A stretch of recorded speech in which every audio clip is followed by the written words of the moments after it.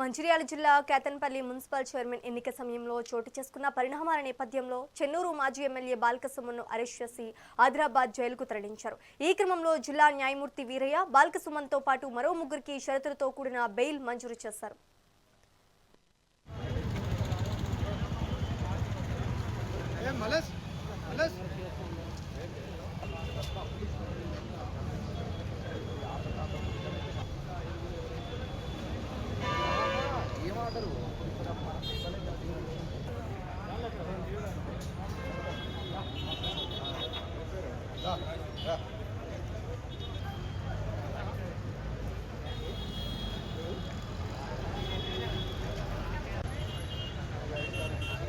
బాల్కసుమన్ గారు మొదటి రోజున అరెస్ట్ అయినటువంటి 18 తారీఖు అరెస్ట్ అయినటువంటి A1, A2, A4 and A8 bail grant చేయడం జరిగింది. 25,000 సెక్యూరిటీస్.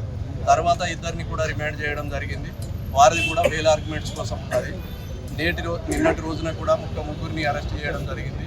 టోటల్గా జైల్లో 9 మంది ఉన్నారు. ఈ ముగ్గురు నిన్న అరెస్ట్ అయిన వాళ్ళకి కూడా ఈ రోజున బెయిల్ పిటిషన్ వేయడం జరిగింది. ఇది ఇంకా నంబర్ కాలేదు. మొత్తం 4గురికి బెయిల్ గ్రాంట్ అయింది. ఇంకా 5గురికి గ్రాంట్ కాలేదు. ఒక 11 మంది అబ్స్కాండింగ్లో ఉన్నారు. కొంతమందికి యాంటిసిపేటరీ బెయిల్ ఆర్డర్స్ కోసము రేపటికి పోస్ట్ అయి ఉన్నది.